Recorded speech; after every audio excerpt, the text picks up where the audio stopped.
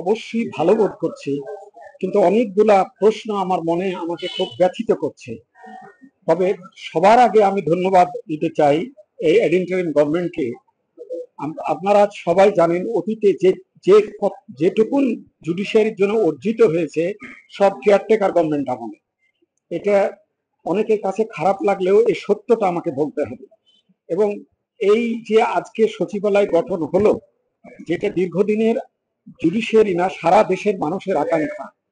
আপনারা জানেন যে আমরা এখানে যারা আছি এবং সারা যে দেশের পিপুল, আমরা কাদের জন্য? By the people, of the people, for the people. মানুষের বেটারমেন্টের জন্য জুডিশিয়ারি বলেন, অ্যাডমিনিস্ট্রেশন বলেন, অন্যান্য সরকারের দপ্তর বলেন, সবগুলারই কাজ কিন্তু এটে। কিন্তু আমরা দুঃখের সাথে বলতে হচ্ছে, আমরা বিভিন্ন ডিপার্টমেন্ট, বিভিন্ন অথরিটি, যেমন রাষ্ট্রের 3টে organ, judiciary, legislation and administration, আমরা যখন কাজ করি তখন আমরা অনেকটা এই লিমিটেশনটা ভুলে যাই। এই 3টে অর্গান কেউ কাউকে অ্যাডমিনিস্ট্রেট করতে পারবে না, ওভারল্যাপ করতে পারবে না। প্রশাসনকে তার গতি অনুযায়ী, তার ডিসক্রিপশন পাওয়ার অনুযায়ী চলতে দিতে হবে, তাদের কাজেও বাধা দেওয়া যাবে না অসঙ্গত ভাবে। তেমনি বিচার বিভাগের যে সুপ্রিম অথরিটি, সেটা হচ্ছে সংবিধান এবং জনস্বার্থ, এটাকে সামনে রেখে সুপ্রিম কোর্ট তার কাজ করবে।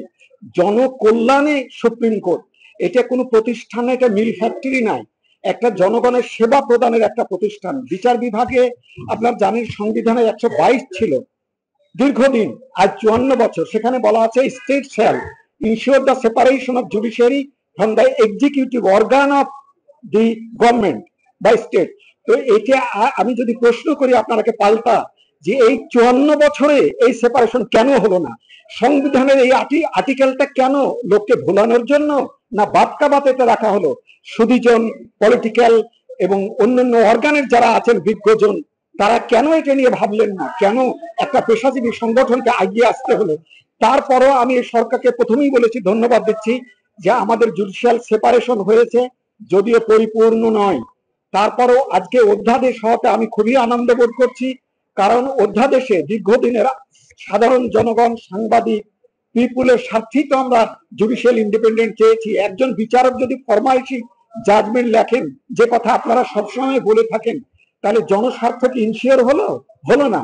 এই জন্য বিচারককে হতে হবে নিরপেক্ষ, ভাবাবেগের ঊর্ধ্বে উঠে জনগণের স্বার্থে বিচার করতে হবে। সেক্ষেত্রে যদি আইন অন্তরায় হয়, সেই আইনকে ডিগ্রেড করে, সে আইনকে ফেলে দিয়ে নতুন ভার্ডিক্ট দেবে।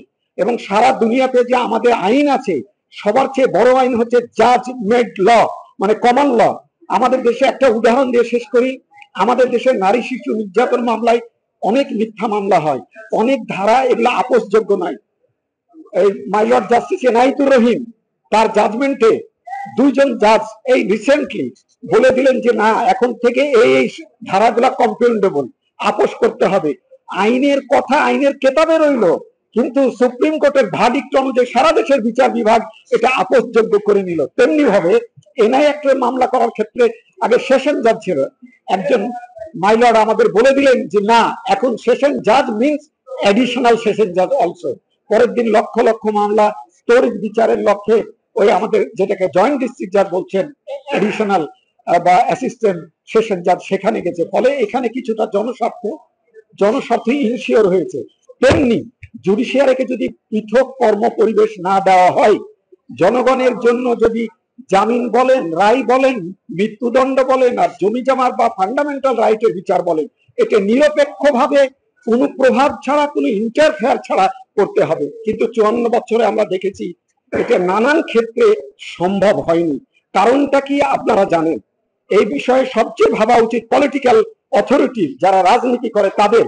কারণ তারা বলে আমরা জনগণের জন্য, কিন্তু জনগণের জন্য যদি আমি প্রশ্ন প্রথমেই শুরু করেছি যে 22 ধারাটা সংবিধানে কতদিন থেকে আছে? 54 বছর। তো জনগণের জন্য যদি আপনারা করেন, তাহলে 176 বার ব্রিটিশ পিরিয়ডের পর থেকে নিয়ে জুডিশিয়ারিকে ইন্ডিপেন্ডেন্ট করার জন্য উদ্যোগ নেওয়া হয়েছে, কোনোবারই আলোর মুখ দেখেনি। তো যাই হোক, আজকে আমি আবারও এই অ্যাডেন্টিয়াম গভর্নমেন্টকে ধন্যবাদ দিতে চাচ্ছি, এবং তাদের এই কাজের জন্য তারা ধন্যবাদ পাওয়ার যোগ্য। সবচেয়ে এখানে যিনি মুখ্য ভূমিকা পালন করেছেন, বাংলাদেশের একটি অর্গান বিচার বিভাগ, বিচার বিভাগের মাননীয় প্রধান বিচারপতি, বর্তমান বিচারপতি, প্রধান বিচারপতি যিনি, তার বলিষ্ঠ উদ্যোগ এবং ইচ্ছার কারণে, তার মোটিভেশনের কারণে তিনি এটার পিছনে ছিলেন এবং এটা সরকারকে তিনি বোঝাতে সক্ষম হয়েছেন, যার কারণে আজকে এই আইনটা হয়েছে। এটা একটা আপনার এই আপেক্ষিক একটা প্রশ্ন। আপনারা জানেন মাজহার হোসেন মামলার যে সেপারেশন হয়েছিল সেটা অর্ডিন্যান্স আকারে হয়েছিল কেয়ারটেকার আমলে, পরবর্তীতে আওয়ামী লীগ সরকার সেটা বৈধতা দিয়েছে। আজকে আপনাদের যে আশঙ্কা, এটা অধ্যাদেশ এসে প্রেসিডেন্ট যখন পার্লামেন্ট থাকে না তখন 93 অনুযায়ী প্রেসিডেন্ট এই আইনগুলা পাশ করে অন বিহাফ অফ পার্লামেন্ট, পার্লামেন্টের অনুপস্থিতি। এটাও তাই হয়েছে, এই অধ্যাদেশটাও প্রেসিডেন্ট এটা স্বাক্ষর করেছেন।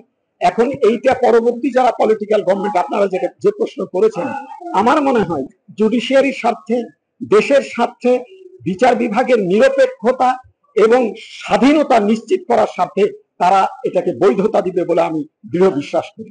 আমাদের দেশের অনেক আইন আছে যেখানে জনস্বার্থ ভাইলেশন হচ্ছে, রাপচার্ড হচ্ছে, ইনফ্রিজ হচ্ছে।